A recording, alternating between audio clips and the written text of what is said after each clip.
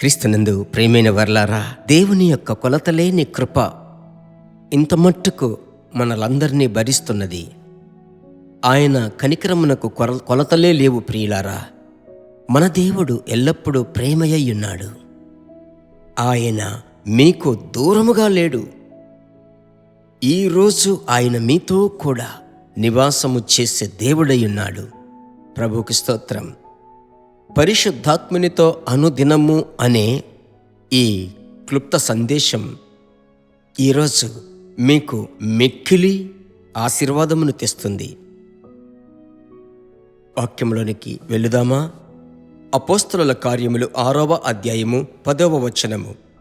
అతడు అగుపరచిన జ్ఞానమును, అతనిని ప్రేరేపించిన ఆత్మను వారెదిరింపలేకపోయిరి. ఎవరు ఆ వ్యక్తి? స్తెఫను ఎవరు? ఈ 6వ అధ్యాయములోనే అతను కనబడుతున్నాడు.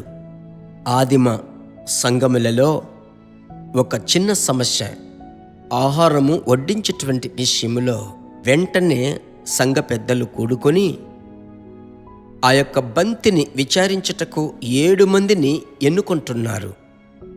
ఆ 7 మందిలో ఒక వ్యక్తే ఈ స్తెఫను, వడ్డించేటువంటి పరిచర్యలో ఉన్న వ్యక్తి.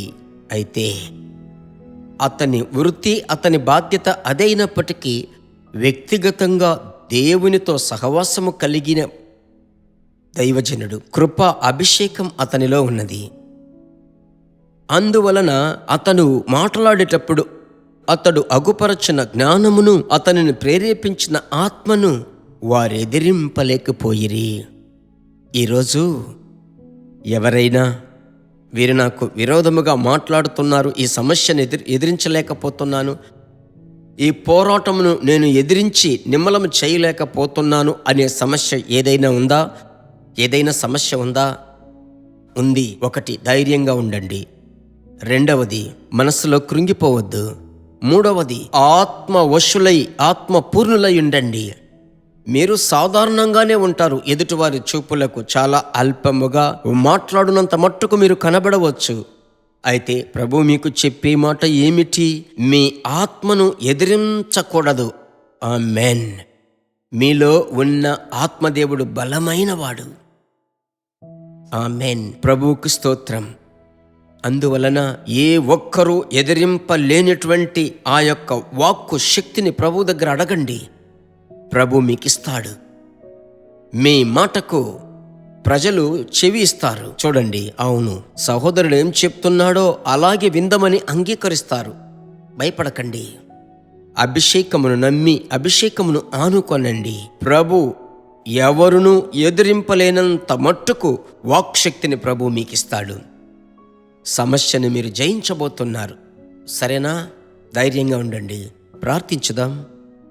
కలిసి ప్రార్థించాలి. చేయి పైకెత్తి ప్రార్థించాలి. ప్రేమ కలిగిన తండ్రి, ఈ ఆశీర్వాదకరమైన సమయంలో మీ బిడ్డలతో కలిసి అపోస్తలుల కార్యములు 6:10లో చెప్పబడిన వాక్యమును పట్టుకొని ప్రార్థిస్తున్నానయ్యా. మీ బిడ్డల మీద కనికరపడండి, కనికరపడండి, కనికరపడండి అయ్యా. సహాయము చెయ్యండి. నాకు సహాయము వచ్చేటువంటి శిఖరము వైపు నా కన్నులెత్తుచున్నాను అని దావీదు చెప్పినట్లు మీ బిడ్డల కొరకు నా కన్నులు మీ తట్టెత్తుచున్నాను. వారు పొందిన అభిషేకముతో వారిని నింపి ఒక నూతన బలమును ఇవ్వండి దేవా.